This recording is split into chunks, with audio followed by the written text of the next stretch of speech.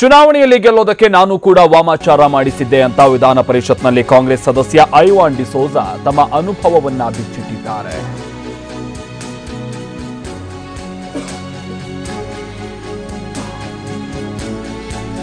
ಇದು ಮೌಢ್ಯ ನಿಷೇಧ ಕಾಯ್ದೆಯ ಚರ್ಚೆಯ ಸಂದರ್ಭದಲ್ಲಿ ಮಾತನಾಡ್ತಾ ಇದ್ದಂತಹ ಸಂದರ್ಭದಲ್ಲಿ ಐವಾನ್ ಡಿಸೋಜಾ, ನಾನು ಮಂಗಳೂರಿನಿಂದ ಚುನಾವಣೆಗೆ ಸ್ಪರ್ಧಿಸಿದ್ದೆ.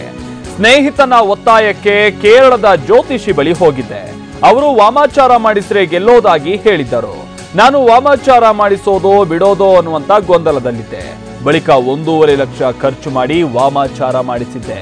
ಆದರೂ ಚುನಾವಣೆಯಲ್ಲಿ ಗೆಲ್ಲಲಿಲ್ಲ ಅಂತ ತಮ್ಮ ಅನುಭವವನ್ನ ಹಂಚಿಕೊಂಡಿದ್ದಾರೆ. ಐವಾನ್ ಡಿಸೋಜಾ ಅವರ ಈ ಹೇಳಿಕೆಗೆ ಕಾಲೆಳೆದಂತ ವಿಎಸ್ ಉಗ್ರಪ್ಪ, ವಾಮಾಚಾರದ ಖರ್ಚು ಕೂಡ ಚುನಾವಣಾ ಆಯೋಗಕ್ಕೆ ಅಂದ್ರೆ ಆ ಖರ್ಚನ್ನ ಚುನಾವಣಾ ಆಯೋಗಕ್ಕೆ ನೀವು ಲೆಕ್ಕ ಕೊಟ್ಟಿದ್ದೀರಾ ಅಂತ ಪ್ರಶ್ನಿಸಿದ್ರು.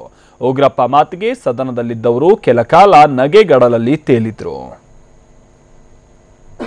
ನಾನು 2008ರ ಚುನಾವಣೆಗೆ ವಿಧಾನಸಭಾ ಚುನಾವಣೆಗೆ ಮಂಗಳೂರು ನಗರದಿಂದ ಸ್ಪರ್ಧೆ ಮಾಡಿದ ಮೇಲೆ ಈ ಕೌಂಟಿಂಗಿಗೆ ಮತ್ತು ಬಹಳ ದಿವಸ ಟೈಮ್ ಇತ್ತು. ನನ್ನ ಮಿತ್ರ ಒಬ್ಬ ಹೇಳಿದ, ನನ್ನ ಸ್ಟ್ರಾಂಗ್ ವರ್ಕರ್, ಇದು ಗೆಲ್ತಿಯೇ ಇಲ್ಲ ಅಂತೇಳಿ ಒಬ್ಬ ಕೇರಳದಲ್ಲಿ ಒಬ್ಬ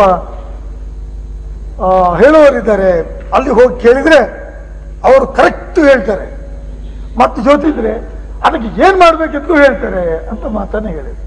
ನನಗೆ ಆಸೆ ತಾನೆ ಗೆಲ್ಬೇಕು ಅಂತ, ಆಯ್ತು ಅಂತ ಹೋಗಿ ಆದ್ಮೇಲೆ ಎಲ್ಲ ಮಾತಾಡಿ ಕೆಲವು ಕಲ್ಲುಗೆಲ್ಲ ತೆಗೆದುಹಾಕಿದ್ರು. ಮತ್ತೆ ಕಡೆಗೆ ಹೇಳಿದ್ರು, ನೀನು ಗೆಲ್ತೀಯ, ಬಟ್ ಒಂದು ಕಂಡೀಷನ್ ಇದೆ, ಇಷ್ಟೆಲ್ಲ ವಾಮಾಚಾರಗಳು ಮಾಡಬೇಕು, ಅದು ಮಾಡಬೇಕು, ಇದು ಮಾಡಬೇಕು, ಇದು ಮಾಡಬೇಕು.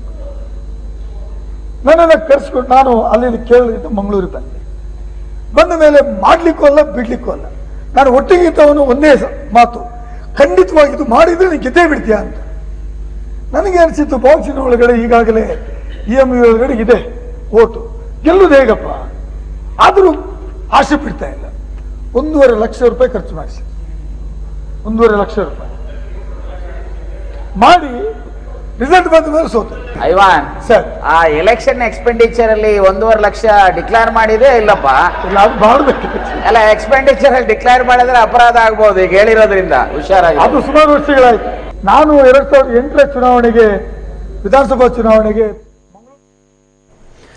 ಬಹಳಷ್ಟು ಸಂದರ್ಭದಲ್ಲಿ ಜನಪ್ರತಿನಿಧಿಗಳು ಚುನಾವಣೆಗೆ ಹೋಗೋಕ್ಕಿಂತ ಮುನ್ನ ಈ ರೀತಿಯಾಗಿ ವಾಮಾಚಾರ ಮಾಡಿಸೋದು, ಮಾಟ ಮಂತ್ರ ಮಾಡಿಸೋದು ಇದೆಲ್ಲವೂ ಕೂಡ ಕೇಳ್ತಾ ಇರ್ತೀವಿ. ಈ ರೀತಿ ಮಾಡಿಸಿದ್ರಂತೆ ಅಂತೆಲ್ಲ ಅದನ್ನು ಇವತ್ತು ಬಹುಶಃ ಐವಾನ್ ಡಿಸೋಜಾ ಅವರು ಒಪ್ಕೊಂಡ್ರು. ಇವತ್ತು ವಿಧಾನ ಪರಿಷತ್ನಲ್ಲಿ ಚರ್ಚೆ ನಡೀತಾ ಇದ್ದಂತಹ ಸಂದರ್ಭದಲ್ಲಿ ಈ ಬಗ್ಗೆ ಮತ್ತಷ್ಟು ಮಾಹಿತಿಯನ್ನು ಕೊಡ್ತಾನೆ ನಮ್ಮ ಪ್ರತಿನಿಧಿ ವಿನಯ್. ಬಹುಶಃ ಬಹಳಷ್ಟು ಮಂದಿ ಮಾಡಿಸಿರ್ತಾರೆ, ಐವಾನ್ ಡಿಸೋಜಾ ಅವರು ಹೇಳಿದ ತಕ್ಷಣ ಎದೆ ಮುಡ್ಕೊಂಡಿರ್ತಾರೆ, ಅಯ್ಯೋ ನಾನು ಮಾಡಿಸಿದ್ದೆ ಅನ್ನುವಂತ ರೀತಿಯಲ್ಲಿ ಬಹುಶಃ ಅನ್ಸುತ್ತೆ. ಏನೇನು ವಿಚಾರ ಪ್ರಸ್ತಾಪ ಆಯ್ತು ಇವತ್ತು ಈ ವಾಮಾಚಾರಕ್ಕೆ ಸಂಬಂಧಪಟ್ಟಂತೆ ಐವಾನ್ ಡಿಸೋಜಾ ಅವರು ಮಾತನಾಡ್ತಾ ಇದ್ದಂತೆ ವಿನಯ್? ಹೌದು ಮಾಲ್ತೇಶ್, ಮೌಢ್ಯ ಪ್ರತಿಬಂಧಕ ಕಾಯ್ದೆ ಏನು ಸರ್ಕಾರ ತರಕ್ಕೆ ಹೊರಟಿದೆ ಅಂದ್ರೆ ಈ ಕಂದಾಚಾರ ಇರ್ಬೋದು ಅಥವಾ ಮೌಢ್ಯಗಳಿರ್ಬೋದು, ಇದನ್ನ ಹತ್ತಿಕ್ಕೋದಕ್ಕೆ ಏನು ಸಿದ್ದರಾಮಯ್ಯ ಅವರ ಸರ್ಕಾರ ಸಾಕಷ್ಟು ಪ್ರಯತ್ನಗಳನ್ನ ನಡೆಸಿ ಈ ಒಂದು ಕಾಯ್ದೆಯನ್ನ ಇವತ್ತು ವಿಧಾನ ಪರಿಷತ್ನಲ್ಲಿ ಮಂಡಿಸಿದ್ದಾರೆ. ಇದಕ್ಕೆ ಸಂಬಂಧಪಟ್ಟ ಹಾಗೆ ಚರ್ಚೆ ಆರಂಭ ಆಗುತ್ತೆ. ಚರ್ಚೆ ಸಂದರ್ಭದಲ್ಲಿ ಸಾಕಷ್ಟು ವಿಷಯಗಳು ಹೊರಬರುತ್ತೆ. ಅಂದ್ರೆ ಸರ್ಕಾರ ತರಕ್ಕೆ ಹೊರಟಿದ್ದು ಯಾರು ಅಮಾಯಕರಿದ್ದಾರೆ, ಯಾರು ತಮ್ಮ ನಂಬಿಕೆಗಳನ್ನು ದುರುಪಯೋಗ ಮಾಡ್ಕೊಂಡು ಹಣ ಮಾಡ್ತಾ ಇದಾರೆ, ಅವ್ರನ್ನ ಎಕ್ಸ್ಪ್ಲಾಯ್ಟ್ ಮಾಡ್ತಾ ಇದಾರೆ, ಅಂತವರಿಗೆ ಇದಕ್ಕೆ ಕಡಿವಾಣ ಹಾಕ್ಬೇಕು ಅಂತ ಹೇಳಿ ಸರ್ಕಾರ ಈ ಮೌಢ್ಯ ಪ್ರತಿಬಂಧಕ ಕಾಯ್ದೆಯನ್ನ ತರಬೇಕು ಅಂತ ಹೇಳಿ ಹೊರಟಿರೋದು. ಆದ್ರೆ ಇದರ ಮೇಲೆ ಚರ್ಚೆ ನಡೆದಾಗ ಒಂದು ವಿಚಾರ ಬಹಳ ಸ್ಪಷ್ಟ ಆಯ್ತು. ಅಂದ್ರೆ ಪಕ್ಷಾತೀತವಾಗಿ ಸಾಕಷ್ಟು ರಾಜಕಾರಣಿಗಳು ಈ ಮೌಢ್ಯ ಮತ್ತೆ ಈ ನಂಬಿಕೆಗೆ ಬಲಿಯಾಗಿರೋದು ಈಗ ಬೆಳಕಿಗೆ ಬಂದಿದೆ. ಮುಖ್ಯವಾಗಿ ಕಾಂಗ್ರೆಸ್ನ ಐವಾನ್ ಡಿಸೋಜಾ ಅವರೇ ಸ್ವತಃ ಒಪ್ಕೊಳ್ತಾರೆ, 2008ರ ಚುನಾವಣೆಯಲ್ಲಿ ನಾನು ಸ್ಪರ್ಧೆ ಮಾಡಿದ್ದೆ, ಆ ಸ್ಪರ್ಧೆಯಲ್ಲಿ ನಾನು ಗೆಲ್ತೀನಿ, ಇದಕ್ಕೋಸ್ಕರ ನೀನು ವಾಮಾಚಾರ ಮಾಡ್ಬೇಕು ಅಂತ ಹೇಳಿ ಒಬ್ಬ ಗೆಳೆಯ ನನಗೆ ಸಲಹೆಯನ್ನ ಕೊಟ್ಟಿದ್ದ. ಅವನ ಸಲಹೆ ಮೇರೆಗೆ ನಾನು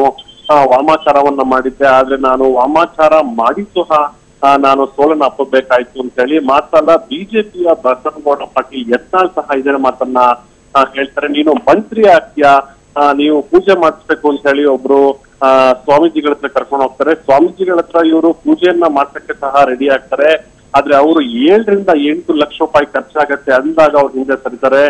ಮುಖ್ಯವಾಗಿ ಜೈಮಾಲಾ ಅವರು ಇದೇ ಮಾತನ್ನ ಹೇಳಿದ್ರು. ಏನಂತ ಹೇಳಿದ್ರೆ, ಸಾಕಷ್ಟು ರಾಜಕಾರಣಿಗಳು ಈ ವಾಮಾಚಾರ ಇರ್ಬೋದು ಅಥವಾ ನಂಬಿಕೆಗಳಿರ್ಬೋದು ಅಥವಾ ಈ ಪೂಜೆಗಳಿರ್ಬೋದು ಇದರ ಹಿಂದೆ ಬಿದ್ದಿದ್ದಾರೆ ಅಂತ ಹೇಳಿ. ಒಟ್ಟಾರೆಯಾಗಿ ಸರ್ಕಾರ ಏನಿವತ್ತು ಈ ಮೌಢ್ಯ ಪ್ರತಿಬಂಧಕ ಕಾಯ್ದೆಯನ್ನ ತರಕ್ಕೆ ಹೊರಟಿದೆ, ಇದರಿಂದ ಬಹುಶಃ ಜನಸಾಮಾನ್ಯರಿಗಿಂತ ರಾಜಕಾರಣಿಗಳಿಗೆ ದೊಡ್ಡ ಏಟನ್ನ ಕೊಡೋ ಸಾಧ್ಯತೆ ಇದೆ. ಓಕೆ, ಧನ್ಯವಾದ ವಿನಯ್. ಪ್ರತಿನಿಧಿ ವಿನಯ್ ಕೂಡ ಹೇಳ್ತಾ ಇದ್ರು, ಅಂದ್ರೆ ಈ ಮೌಢ್ಯ ಪ್ರತಿಬಂಧಕ ಕಾಯ್ದೆಯನ್ನ ತರೋದಕ್ಕೆ ಸರ್ಕಾರ ಏನು ಹೊರಟಿದೆ, ಇದು ಜನಪ್ರತಿನಿಧಿಗಳಿಗೆ ಏನು ಜನಸಾಮಾನ್ಯರಿಗಿಂತ ಜನಪ್ರತಿನಿಧಿಗಳಿಗೆ ಮುಂದಿನ ದಿವಸದಲ್ಲಿ ಸ್ವಲ್ಪ ಏಟ್ ಕೊಟ್ಟರು ಕೊಡ್ಬೋದು ಏನೋ. ಯಾಕಂತಂದ್ರೆ ಚುನಾವಣೆ ಬರ್ತಾ ಇದ್ದ ಹಾಗೆ ಈ ರೀತಿಯಾಗಿ ವಾಮಾಚಾರ ಮಾಡಿಸೋದು ಅಥವಾ ಜ್ಯೋತಿಷಿಗಳ ಬಳಿ ಹೋಗೋದು ಅದು ಜನಸಾಮಾನ್ಯರಿಗಿಂತ ಹೆಚ್ಚಾಗಿ ಜನಪ್ರತಿನಿಧಿಗಳೇ ಅದನ್ನ ಈಗ ಒಬ್ಬೊಬ್ಬರೇ ಬಾಯಿ ಬಿಡ್ತಾ ಇದ್ದಾರೆ. ಯಾರಿಗೆಲ್ಲ ಅದು ಸಹಾಯ ಆಗ್ಲಿಲ್ವೋ ಅಥವಾ ರಿಸಲ್ಟ್ ಬರ್ಲಿಲ್ವೋ ಅವರೆಲ್ಲ. ಇನ್ನು ಕೆಲವರು ಹೌದು ನಮಗೆ ಹೆಲ್ಪ್ ಆಗಿದೆ ಅನ್ನೋರು ಮನ್ಸಲ್ಲೇ ಇದನ್ನೆಲ್ಲ ಇಟ್ಕೊಂಡು ಹುಸಿ ನಗ್ತಾ ಇರ್ಬೋದು ಏನೋ. ವಿಧಾನಸಭಾ ಚುನಾವಣೆಗೆ